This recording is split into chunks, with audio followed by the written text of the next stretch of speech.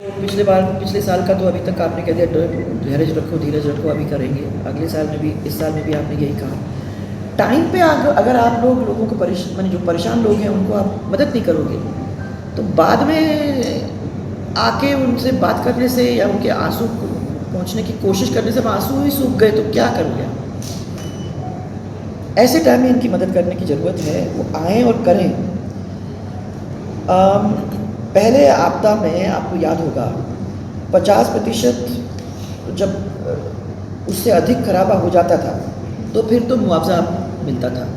आपको याद होगा 2 साल कितने 5-6 साल पहले जब एक बहुत नुकसान हुआ था अरुण जेटली जी के डेथ के पहले, एक बहुत बड़ा इसी तरीके से बरसात पड़ी थी और बहुत बड़ा नुकसान हुआ था। तो उस समय हम लोग अरुण जेटली जी को लाए थे और अरुण जेटली जी का दौरा हम लोगों ने इस एरिया के अंदर करवाया था, बूंदी के अंदर, और लाखीरी में तो उतरवाया भी था उनको उसमें से हेलीकॉप्टर से, कोटा, झालावाड़, ये सब करवाया था। और उसके बाद जब उन्होंने प्रेस कॉन्फ्रेंस की थी तो उस प्रेस कॉन्फ्रेंस में उन्होंने ये कहा था कि आप लोगों की बात को हम लोगों ने सुनी और जो नियम है जिसमें आपने ये कहा है कि 50% से अधिक खराबा होगा तो हम मुआवजा देंगे, उन्होंने ये तय कर दिया उसको चेंज करते हुए कि 50% की बजाय 33% अगर खराबा है और उसके ऊपर खराबा है तो हाँ, उसके अंदर हम आपकी मदद करेंगे। तो इस बारिश में जो हुआ है खराबा, बताते हैं कि 50 लाख से अधिक किसानों ने अपनी ऑनलाइन वो कंप्लेंट दर्ज कराई है और वो किसान हैं ये जो एक्चुअली में आईटी को समझ के ये काम कर पा रहे हैं, परंतु हमको 1 मिनट के लिए ये भी सोचने की ज़रूरत है कि वो कितने ऐसे लोग हैं जो एक्चुअली में इसको समझते नहीं हैं और जो रह गए हैं। तो इसलिए हमारी तो मांग ये है कि बीमा के दावों की प्रक्रिया को ज़रा थोड़ा सरल करें। राज्य सरकार किसानों की शिरकत को 72 घंटे के अंदर समय सीमा में न बांधे। मैं समझ में आ रहा है कि आप जल्दी कराने की कोशिश बता रहे हो कि हम चाह रहे हैं कि 72 घंटे के अंदर हम लोगों की मदद करें, परंतु अगर आप इसको आसान कर देते हो और थोड़ा सा आप माने टाइम को स्ट्रेच कर देते हो तो हो सकता है कि जितने लोगों को नुकसान हुआ है वो कहीं ना कहीं अपनी कंप्लेंट को दर्ज कर पाएंगे। यहाँ झालावाड़ के अंदर तो अभी हम लोगों ने कलेक्टर साहब से बात करके अलग अलग लोगों को, सबसे पहले तो ये हेल्पलाइंस को बढ़ा दिए हैं। पहले 3 लाइन्स थे, अब ये करीबन 40 लाइन्स को यूज़ करेंगे।